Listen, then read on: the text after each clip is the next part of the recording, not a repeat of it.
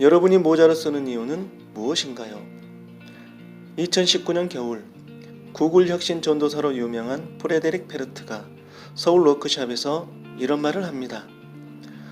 구글에서 프로펠러 달린 모자를 쓰면 신입이라는 의미고, 이 모자를 쓰고 있다는 건 나는 모르는 것이 많기 때문에 질문을 많이 할 수 있다는 의미이다.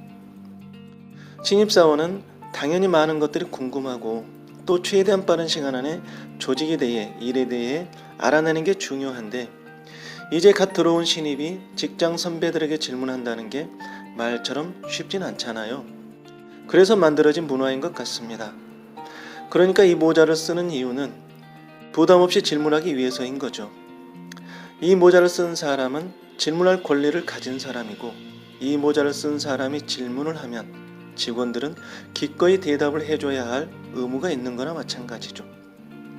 세상엔 수많은 종류의 모자가 있고, 모자를 쓰는 이유는 저마다 다릅니다. 그런데 어떤 사람들은 싸우기 위해 모자를 쓰죠. 투수가 모자를 쓰는 이유는 타자와 싸우겠다는 뜻입니다. 타자가 모자를 쓰는 이유는 투수와 싸우겠다는 뜻이죠. 투수나 타자가 모자를 고쳐 쓰는 이유는 제대로 싸워보겠다는 결의입니다. 농부가 모자를 쓰는 이유는 햇빛과 싸우겠다는 뜻이고, 군인이 모자를 쓰는 이유는 적군과 싸우겠다는 뜻입니다.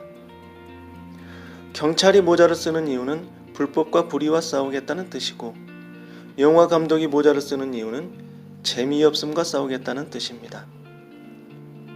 사흘 동안 머리를 감지 않은 사람이 모자를 쓰는 이유는 창피함과 싸우겠다는 뜻이고, 머리가 반질반질한 사람이 모자를 쓰는 이유는 타인의 시선과 싸우겠다는 뜻입니다. 모자를 쓰면 머릿속에서 뇌세포들이 자동으로 전투태세를 갖추게 되는 걸까요? 그래서 승부근성이 막 생기는 걸까요? 어떤 사람은 싸워서 이겨야 합니다.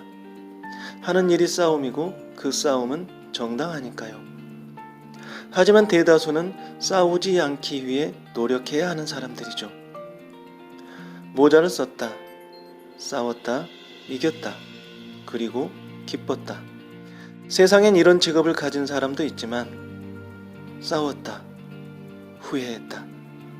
인생살이에서 싸움의 결말은 언제나 후회로 끝나죠. 모자 속에 인생이 있습니다.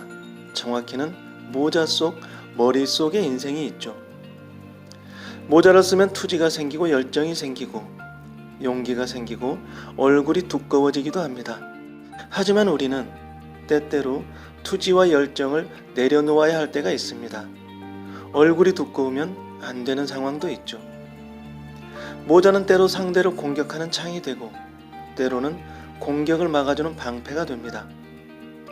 모자를 써야 할 때와 벗어야 할 때를 아는 사람, 그 삶은 얼마나 멋지고 아름다울까요? 여러분이 모자를 쓰는 이유는 무엇입니까? 싸워야 할 게 참 많은 우리는 마음에 여러 개의 모자를 가지고 살아갑니다. 하지만 어쩌면 마음에 모자가 많으면 많을수록 싸울 일은 늘어나고, 자신감은 떨어지고, 양심은 사라지고, 남 눈치를 더 보게 되는 것 아닐까요?